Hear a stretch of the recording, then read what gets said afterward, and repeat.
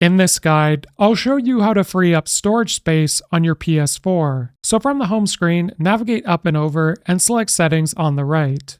Then we're going to scroll down and go to Storage Settings and select System Storage.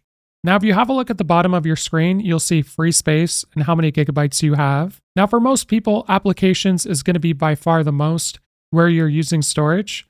So we're talking games and applications. So I recommend you have a look through your games and applications to see if there's anything you can delete.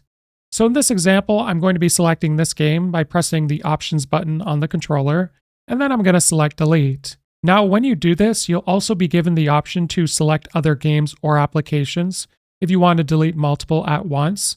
So once you're happy with everything, select Delete in the bottom right corner, and then select OK to delete all the applications or games that you selected. Then just wait for this to finish, and if you go back once, you'll be able to see how much free space you have now at the bottom. If this guide was helpful, like and subscribe, and we'll see you in the next one.